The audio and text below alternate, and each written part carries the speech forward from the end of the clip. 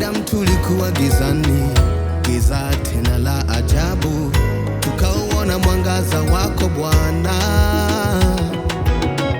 Tulikuwa wakufa vifo vibaya, lakini wewe Yesu kasema hapana, nakuja kuwaokoa mimi. Kwa sababu ya mwangaza wako Yesu, tunatembea nuruni mwako, hatuko gizani tena tena tena tena.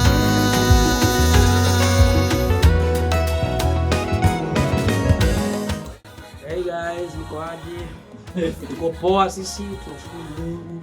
Sasa hivi tumeingia studio right now. Heaven Worshipers Studio. Karibu wote. Tunatengeneza kitu kizuri, si mnajua tu. Na hii inadili na mambo ya gospel peke yake. Sambaza injili ya Mungu ili ifikie wale wako mbali hawajamjua Yesu. Karibu nyote in Jesus name. Amen. Na studio iko ready, kila kitu kiko fresh, kila kitu kiko tayari, ma podcast hapa zinafanyika, ma TikTok live ndo hizi.